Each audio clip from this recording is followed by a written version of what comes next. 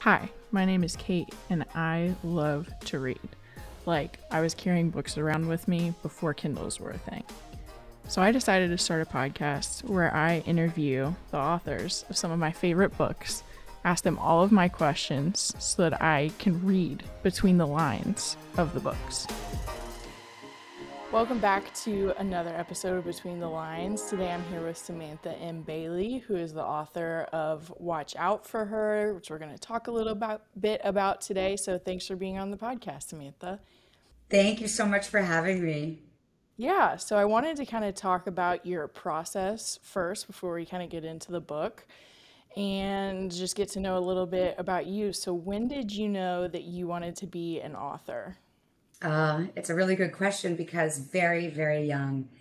I was 10 years old when I submitted my first short story or my first, manuscript to publishers. And it was my very first rejection. Wow. So I was very young when I learned, I was learned how hard this business actually is. So yes, 10, and I'm now 49 years old. Oh my So gosh. basically forever, yeah. That's amazing. So, what is your writing process like? So, do you mostly go in knowing how the book's going to turn out, or do you kind of figure out as you go, or is it different per book? So when I first started out writing full length, not 29, and at that point I wrote edgy rom-coms, and I would just, fly by the seat of my pants. I was a pantster. But when it came to starting to write thrillers, which I started doing, 2000 and I'm trying to remember. Yeah. I realized very quickly. Actually, I always wanted to write thrillers, and I was really scared of the process. I knew the Yeah. process was going to be daunting. I think it's daunting in any genre, but I knew for me especially that thrillers, the plotting was going to be quite intense and daunting and frightening and out of my comfort zone. And so I became a very detailed plotter. And so for both Woman on the Edge, my debut, and Watch Out for Her, I wrote 15 to 17 page outlines Wow. once I had a solid idea. Yeah. um, and yeah, it's pretty intense. And those outlines are the character arcs, their narratives, their goals and motivations, all the plot beats and the twists and the clues, and putting it all in there scene by scene by scene, which evolves as I write, for sure. For sure, the outline, not everything in there makes it into the book as it shouldn't. But it is a pretty wild process before I even begin drafting. I feel like that's what I would have to do for sure if I was writing thrillers. Like, there's just so much to keep track of.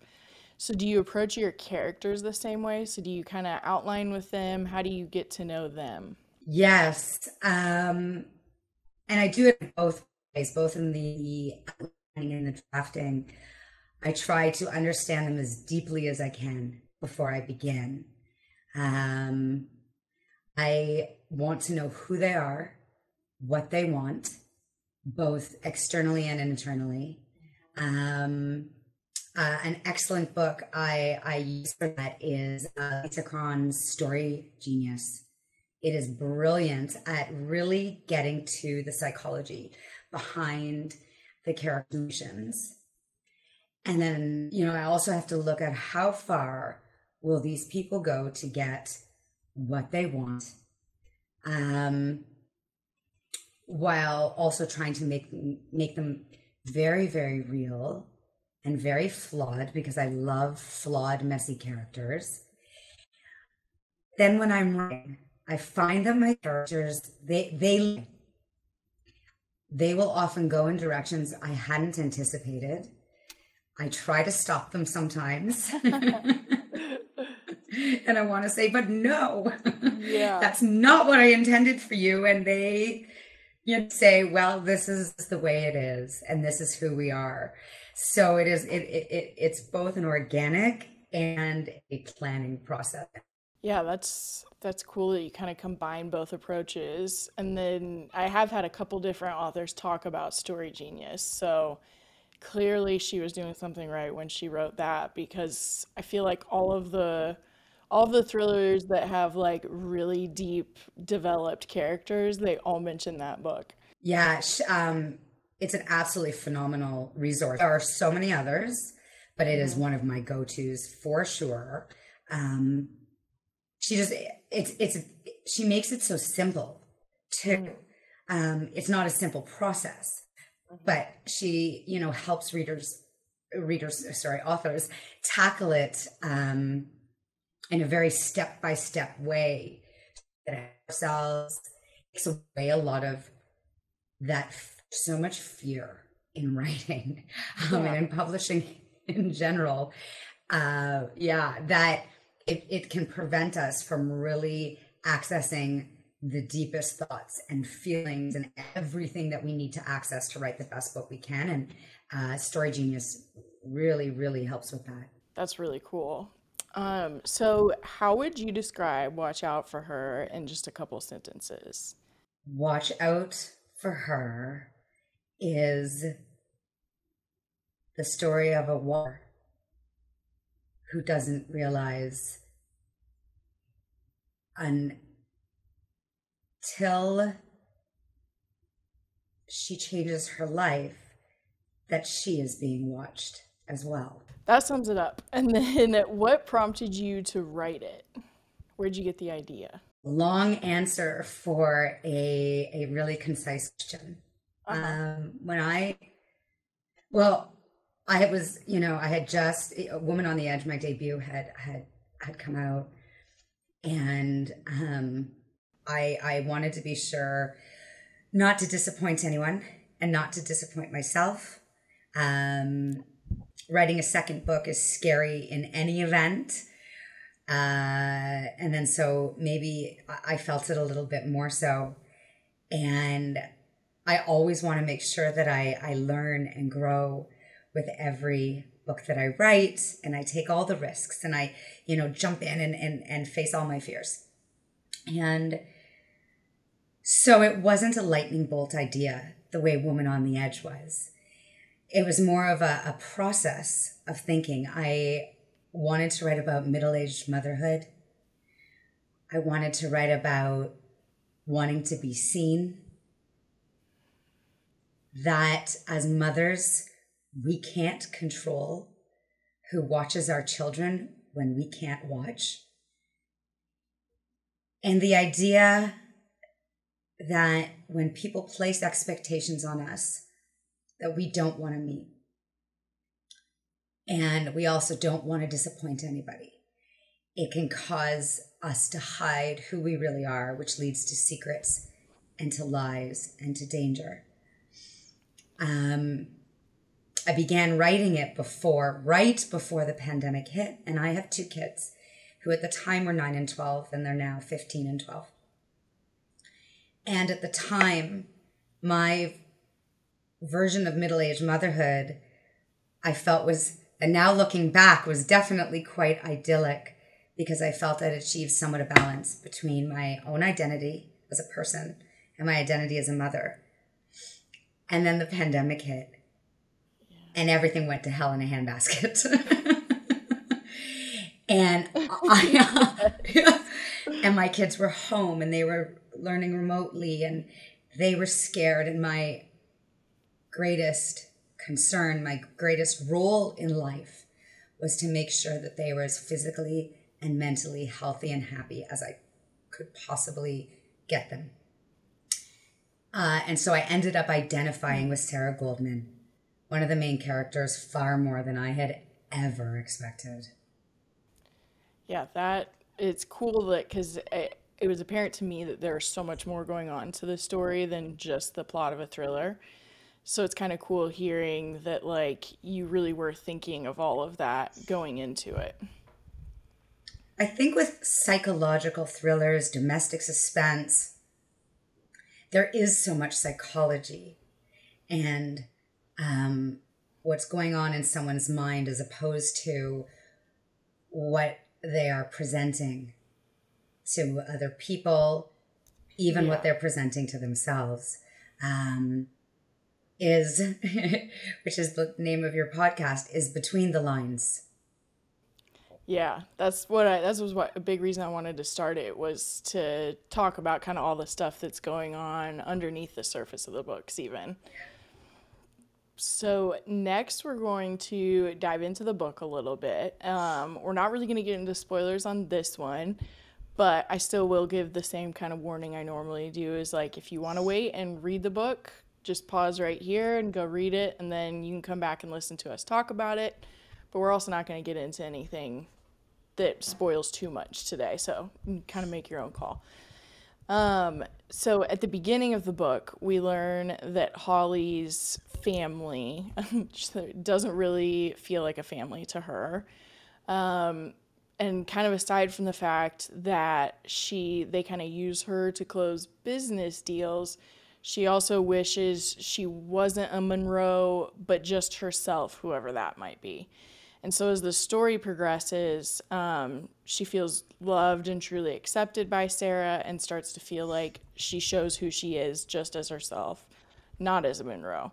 So it sounds like from the beginning you were intending to do this, but were you intending to use the story as a way to show how like a safe, loving environment helps us understand ourselves on a more authentic level? Definitely. I don't want to be preachy, in my books. And there's a fine line between what goes on the page and what is in all the drafts, that you write before. And that requires editing and an exceptional editor, and making sure that there is subtlety there, so that each reader can take from the book whatever their experience is with the book. But definitely, I wanted to show that it was important to me to show that no matter how much money you might have, because Holly's family is very wealthy, it does not mean that you're going to be happy. And even if you yourself, or if your family has a lot of money and you are set for life financially, it will not take away from any pain or trauma or anything that you might be suffering. And that in the end, love and support and allowing to, being allowed or being supported in being ourselves is the key probably to happiness, or getting as close to happiness as possible. So that was definitely something that was important to me.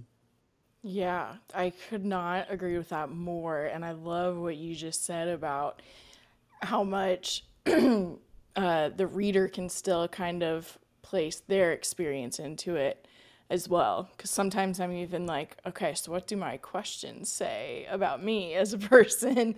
Like, what does it say about the stuff that I'm picking up on in a story? But I've also had moments where then being able to read a fictional story has helped me understand myself more. So I love that part. And when you were talking about money not solving everything, that made me think of Jim Carrey has a quote where he says essentially that he wishes that everyone could have all of their like financial and whatever dreams come true, so that they could understand that it doesn't actually mean anything in the grand scheme of your happiness.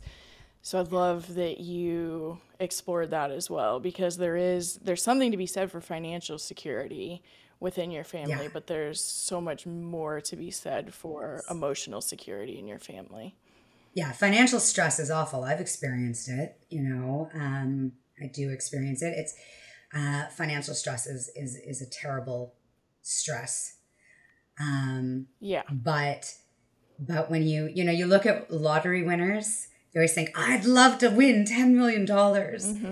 And they have these shows, shows about people who've won the lottery and how it's actually in the end, in many ways, ruined their lives. And so, Yeah. Inner happiness, inner contentment, really, I personally think is so much more important than all of the external accomplishments or gains or anything that you might be seeking. Yeah, I completely agree. Another thing that's kind of touched on, and you kind of mentioned it when you were discussing your inspiration for the book, but Sarah does kind of miss her youth and the days when she felt really confident in herself. And so she kind of starts living vicariously through Holly and Holly's youth a little bit. So, how did you approach writing the symbiotic relationship that kind of happens between Holly and Sarah? So, Holly kind of finds a safe space and a motherly figure, and Sarah kind of finds a portal to her youth. How did you approach writing that relationship? I had to make sure that they were very different characters. And so I chose the POV of first person present tense for Sarah because I wanted Sarah's struggles to be very direct for the reader and very direct as I wrote it. I want it to be very active, for her agency to be right there on the page as it happens. And, I listen to a lot of music before I begin writing to access those feelings. With Sarah, it wasn't very hard for me because I am 49. I am a middle-aged mother. I am a worrier. I am not Sarah. I do have people in my life who are like, oh, you're so Sarah. I'm like, no, I'm not nearly as paranoid, I guess you could say, and anxious as she is. But the reason she is so paranoid is she suffered great losses in her life. And she is being lied to. She knows she's being lied to. She knows that people are keeping secrets. She just doesn't know who it is, which of course can make you question everything that is happening around you and question yourself. But I listen to a lot of music to access the character's feelings and to make sure I'm digging really deep. And then with Holly, the POV I chose was third person present tense because I wanted a little separation, but it's a close third person. And because Holly is only 22, Holly is at that almost pivotal age where, yes, you are technically an adult, but she lives at home. She is following the path that her family has decided for her. She is not independent. So she is still unsure of who she is and what she wants. And so I wanted it to be where her thoughts are a little more distant because she herself doesn't quite understand what she wants and who she is. That is a really cool explanation. Oh, I thanks. had not even thought of how the first person or third person really did work so well for both of them. I hadn't really thought of third person working for Holly so well since she was so young and kind of like not sure of who she was at all. I hadn't even thought of that. So I love that. I love the question. It does kind of also examine the unequal distribution of like domestic tasks for women. So at one point, Daniel makes breakfast and he says, I don't know why I never did this for you guys before. And Sarah thinks, because I took on that role and you were happy enough to just be served. So, in some ways, painting David in this light helps us feel suspicious of him throughout the book. But were you also using that plot point as a way to kind of discuss gender norms in marriage? Again, not trying to be preachy or you know, jump onto any bandwagons, I guess, is what I want to say. But Right. I am a woman. I have very strong ideas of womanhood and motherhood. And I write domestic suspense for a reason, because I'm really fascinated and compelled to write about families and the dynamics and female friendships and the complexities of women, the complexities of who we are and our imperfectness.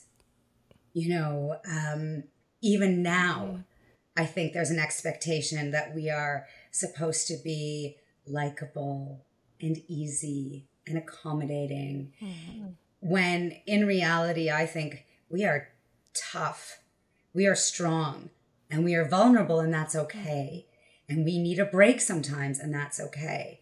And I think the pandemic really brought to the forefront the emotional burden placed on mothers, and women in general. Fathers do a lot, 100%.